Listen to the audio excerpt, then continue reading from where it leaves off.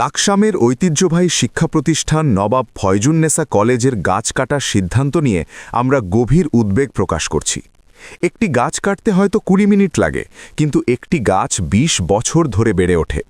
এই গাছগুলো শুধু কাঠ নয়, এগুলো আমাদের কলেজের পরিচয়, সৌন্দর্য এবং পরিবেশগত সুরক্ষার অংশ। বহুবার উন্নয়নের স্বার্থে গাছ কাটা হয়েছে, কিন্তু প্রশ্ন হল, উন্নয়ন কি শুধুই কংক্রিট আর দেয়াল? একটি শিক্ষা প্রতিষ্ঠানের সুস্থ, সবুজ ও টেকসই পরিবেশও তো উন্নয়নের অবিচ্ছেদ্য অংশ। নদীর পাড় রক্ষার জন্য রিটেইনিং ওয়াল নির্মাণের পরিকল্পনার কথা বলা হচ্ছে। আমরা বুঝি নিরাপত্তা জরুরি, কিন্তু তাই বলে কি গাছ কাটাই একমাত্র সমাধান? পরিবেশবিদরা তো নদীর পাড়ে গাছ লাগানোর পরামর্শ দেন। সেখানে বিদ্যমান গাছ উপড়ে ফেলা কতটা বৈজ্ঞানিক ও দূরদর্শী সিদ্ধান্ত? আমরা স্পষ্ট করে বলতে চাই, আমরা উন্নয়নের বিরোধী নই, কিন্তু অযৌক্তিক ও একপাক্ষিক সিদ্ধান্তের বিরোধী। দীর্ঘদিন ধরে এই গাছগুলোর রক্ষণাবেক্ষণে কলেজ প্রশাসনের কোনো কার্যকর উদ্যোগ দেখা যায়নি।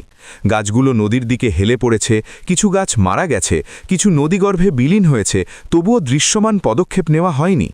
২০২০ সাল থেকে কলেজে শত শত কোটি টাকার উন্নয়ন কাজ চলমান, কিন্তু নদীপাড় সংরক্ষণে কার্যকর ও টেকসই ব্যবস্থা গ্রহণ করা হয়নি। একটি ওয়াল নির্মাণের উদ্যোগও আগে নেওয়া যেত। আগে যেভাবে ওয়াল করা হয়েছে সেভাবেই পরিকল্পনা করলে একটি গাছও না কেটে সমাধান সম্ভব। এমন বিকল্প নকশা কি বিবেচনা করা হয়েছে?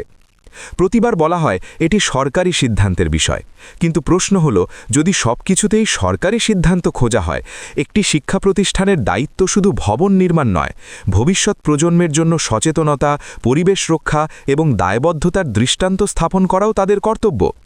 আমাদের দাবি, গাছ কাটার সিদ্ধান্ত অবিলম্বে স্থগিত করা হোক, প্রকৌশলগত বিকল্প পরিকল্পনা পুনর্বিবেচনা করা হোক, পরিবেশ ধ্বংস না করে উন্নয়নের পথ খুঁজে বের করা হোক। আমরা আমাদের কলেজের শেষ সবুজ আশ্রয়টুকু নিঃশেষ হতে দিতে পারি না। কলেজ কর্তৃপক্ষের প্রতি আমাদের জোরালো অনুরোধ, এই যৌক্তিক দাবিকে অবহেলা করবেন না। সবুজই হোক উন্নয়নের প্রথম শর্ত।